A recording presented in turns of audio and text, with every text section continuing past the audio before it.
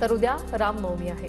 रामनवमी निमित्त अयोध्येत सध्या जय्यत तयारी सुरू झाली आणि प्रभू श्री राम मंदिरात विराजमान झाल्यानंतर पहिल्यांदाच ही रामनवमी प्रचंड उत्साहात साजरी होणार आहे। अयोध्येत तब्बल 50 लाख भाविक येण्याची शक्यता आहे।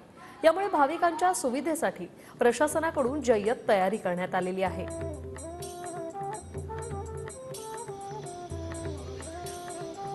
रामनवमीच्या पवित्र सणासाठी अयोध्या नगरी सज्ज झाली आहे। भक्तांसाठी रेड कार्पेट हाताळण्यात आलेलं आहे। सगळी दृश्य आपण पाहतोय अयोध्येतली आहेत आणि ठिकठिकाणाहून या ठिकाणी राम भक्त दाखल झालेले आहेत। लाखोंच्या संख्येमध्ये राम भक्त दाखल झालेले आहेत। स्वतः मुंबईचे विद्यमान खासदार राहुल शेवाळे सुद्धा या ठिकाणी प्रभू श्रीरामाचं दर्शन घेण्यासाठी पोहोचलेले आहेत।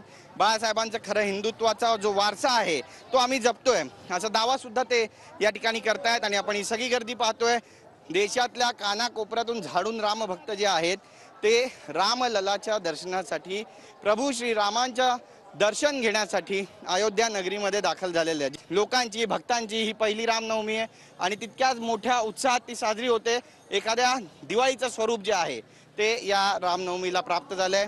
अयोध्येतली ही जी दृश्य आहेत ती अद्भुत आहेत, अविस्मरणीय आहेत आणि स्मरणामध्ये कायम साठवून ठेवावीत अशीच आहेत। यापुढे देखील अशाच पद्धतीचं वातावरण अयोध्येमध्ये अनुभवायला मिळालं तर नवल वाटायला नको, कारण अयोध्येमध्ये प्रभू श्री राम विराजमान झालेत। कॅमेरा पर्सन योगेश गुरवचा गिरीश गायकवाड, TV9 मराठी, अयोध्या।